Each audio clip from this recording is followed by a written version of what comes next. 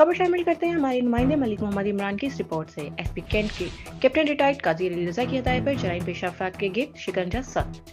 इंचार्जों की Awan ढाईवाला SI बशारती police team के हमरा दबंग कार्रवाइयां। दौरान पेट्रोलिंग मुख्तलिफ मुकामात से 3 मुलजिमान असला और मंशियात समेत गिरफ्तार। तर्जमान कैंट पुलिस के मुताबिक मुलजिम हैदर हसन अली आसिफ से 1.5 किलो से जायद चर्स, पिस्टल, मैगजीन और गोलियां बरामद। मुलजिमान का बजरिया ऑनलाइन मंशियात मंगवाकर लाहौर के मुख्तलिफ इलाकों में मंशियात बेचने का एतराफ। मुकदमा दर्ज। सरेआम असला लेकर घूमने वाले और नुमाइश करके खौफ हरास कराने वालों से आनी हाथों से निपटा जाएगा।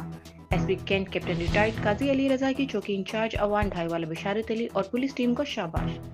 जराइम पेशा अफराद के खिलाफ बिला इम्तियाज कार्रवाइयां जारी हैं। एसपी कैंट कैप्टन रिटायर्ड काजी अली रजा।